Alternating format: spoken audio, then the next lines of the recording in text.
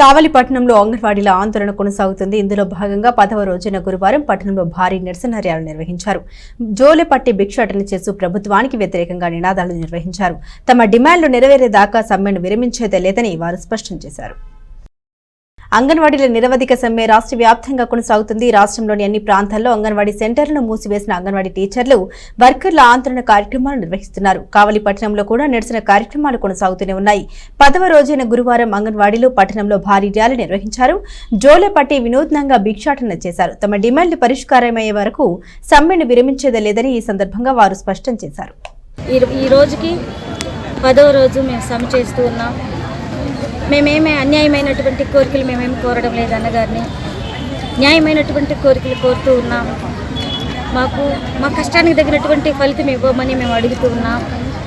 అయితే అసలు అంగన్వాడీ వర్కర్లు అంటే ఏంటి, వాళ్ళ పని విధానం ఏంటి అనేది కూడా ప్రభుత్వం గుర్తించడం లేదు.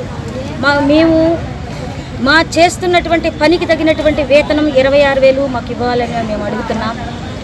కనీసం మమ్మల్ని చర్చలకు పిలిచి, రాష్ట్ర నాయకులను చర్చలకు పిలిచి మాట్లాడడానికి కూడా అన్నగారికి సమయం అనుకూలించినట్లేదు. మా పైన అసలు దృష్టి పెట్టడమే మానేశారు. ఆ రోజు ప్రభుత్వంలోకి వచ్చేటప్పుడు వాగ్దానం చేశారు. తెలంగాణ కంటే మన ఏపీ అంగన్వాడీ వర్కర్లకు 1000 రూపాయలు అదనంగా ఇస్తానని కూడా వాగ్దానం చేసి ఉన్నారు. ఆ వాగ్దానాలన్నీ తుంగలో తొక్కినట్టున్నారు. మేము చేసేది సమ్మెని నిరవాధిక సమ్మె.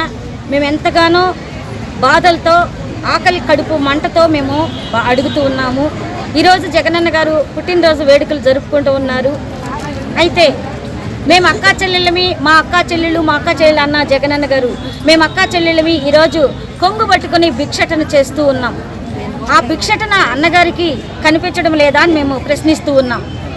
అయితే ఆడపడుచుల ఆ గోడు అన్నగారికి వినిపించడం లేదా మేము అడుగుతూ ఉన్నాం. అంటే ఈ సమ్మెలు ఎందుకు చేస్తున్నారు?